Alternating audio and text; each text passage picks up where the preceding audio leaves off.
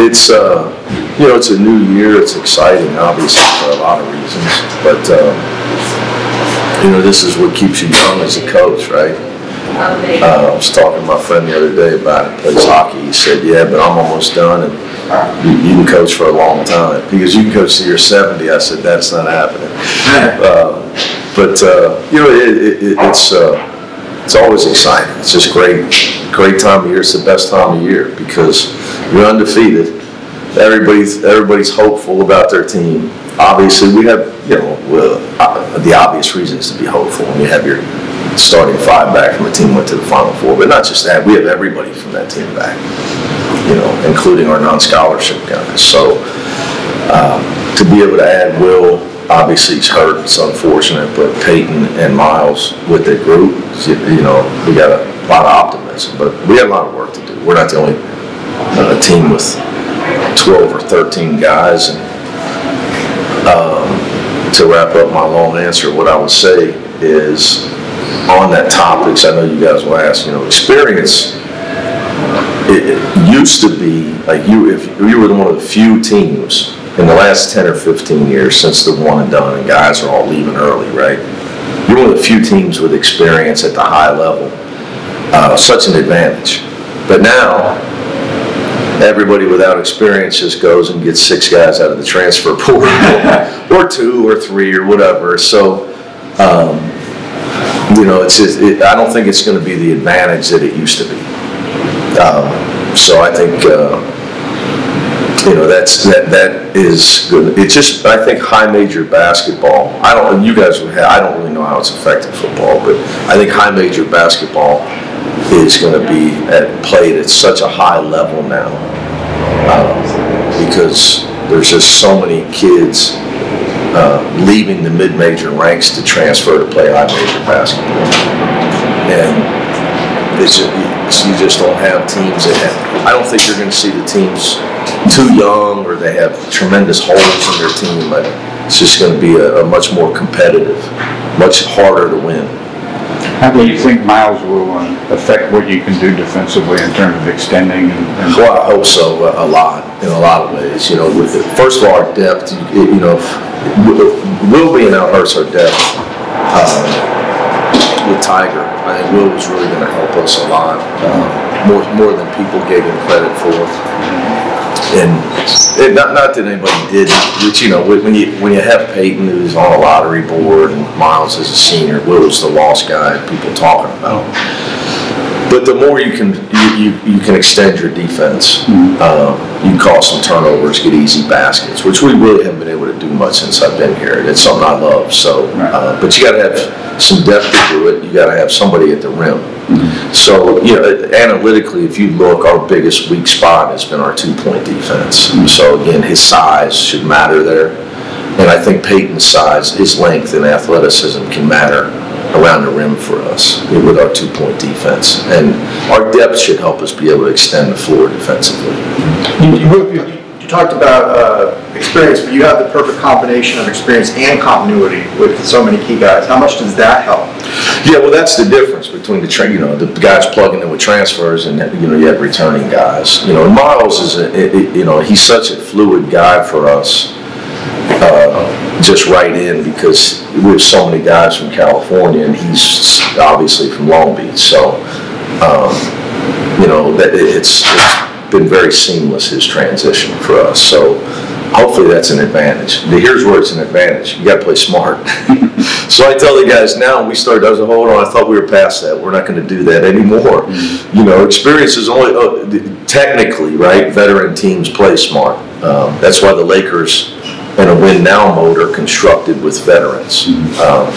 They're not looking to add a bunch of young guys and they're trying to win the title because theoretically the veteran guys know how to win. And hopefully that'll manifest itself in the way we play. Again, that goes back to carryover, which is, at least this summer we had a chance to be in here to talk about carryover. So, versus the COVID summer. How many times have you seen, since it happened, how many times have you seen the shot from last year, the last shot? How many times? The what? The shot from Gonzaga. Shot? I can't, because shot, I thought you were saying shot. The shot from Suggs at Gonzaga. Zero. Yeah, I watched it.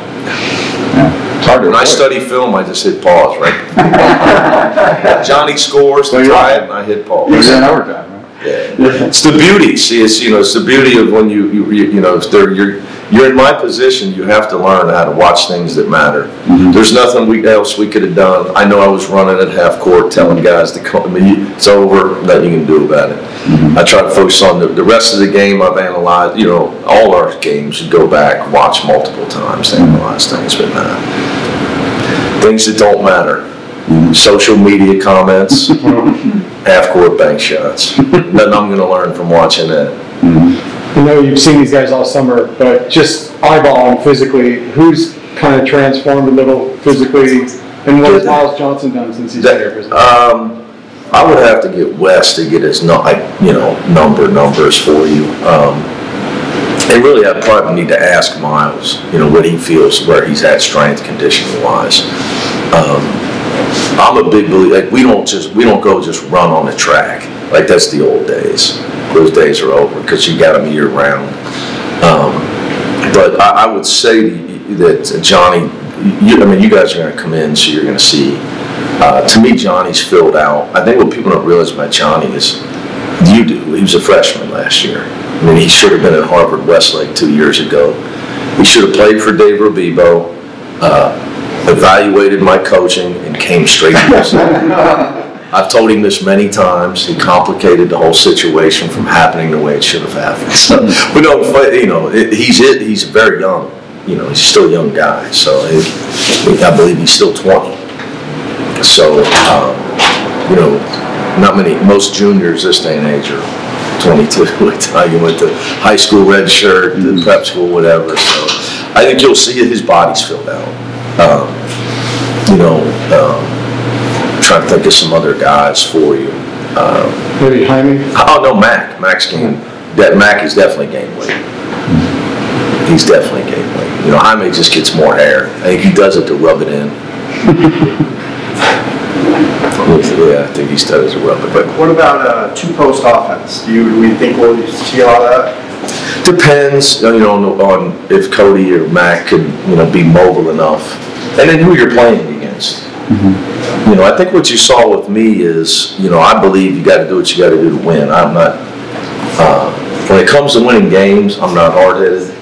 A lot of other things, I got problems. I'm not great on domestic things. I'm hard-headed, but when it comes to winning, if I have to, like you saw it, if you have to play Jalen Clark at center to beat Alabama because they're so fast, that's what we're going to do.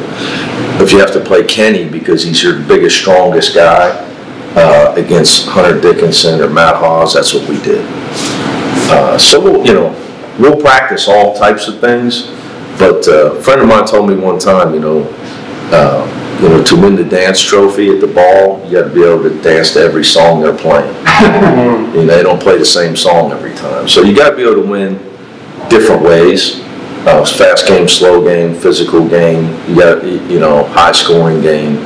So that's what I like about our depth. We have enough. We're eclectic enough to we go big and small if we need to. You touched on him a little. How's Peyton Watson look so far? It was tough for him at the beginning. The hardest thing for Peyton, he's doing great now. Very quick stuff. Plus he's got heart. He's a competitor. So, he played only a couple games for Poly. So he basically no senior year in high school. Not an advantage for him. Definite disadvantage versus freshmen from around the country that had a normal senior year. Then he would, which I thought was great. I wanted him to do it. He went with the USA to Latvia. It was 19 and under. It was 19 and under. So when he started up with us, I wanted him to get acclimated to campus, get moved in, and all that. So it took him about 2 or 3 weeks. But once he's adjusted to the pace of the way our guys play, like at first at Jaime it was difficult for him dealing with Jaime because Jaime just comes at you 100 miles an hour nonstop, and he's a veteran. And Jaime, I believe, is going to play in the NBA someday. So here you coming out of, you didn't play as a high school senior hardly, and you got to deal with Jaime every play, every day. It's tough. But it's made him better quick, because now Jaime's got to deal with Peyton. And Peyton's very quick. He's very good with the ball. He's got a lot of point forward aspects to his game. He's a creator. Much better with the ball than people know. People, really nationally, people don't know Peyton because of COVID. He was not a high rank. He was an unranked player as a freshman. Lightly, you know better. You would know. Better than me. 6'4" as a sophomore. 6'4" as a sophomore. So people that saw him in the NBA, they saw him in that Iverson Classic. So, but he gives us a guy that can break the defense down.